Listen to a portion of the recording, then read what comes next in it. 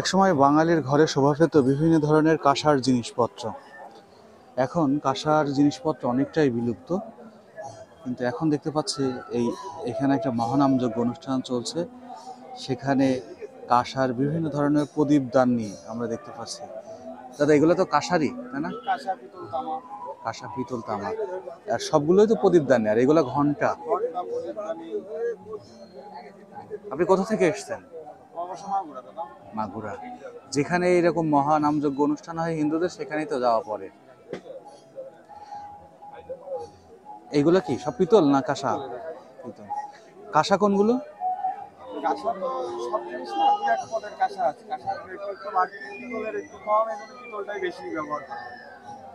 এখানে তো দেখতে পাচ্ছি ওই যে মূর্তিও আছে, এগুলো পিতলের মূর্তি।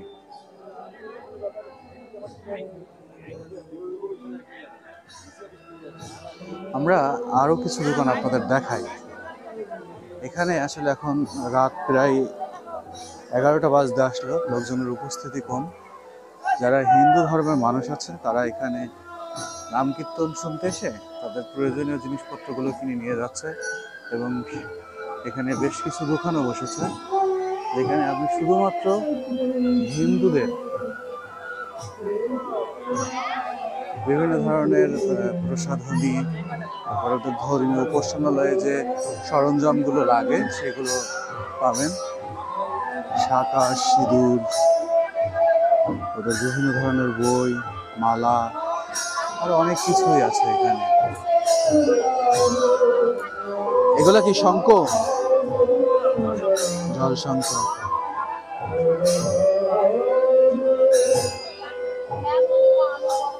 আমরা আর একটা নতুন জিনিস দেখলাম এই জায়গায়, ট্যাটু।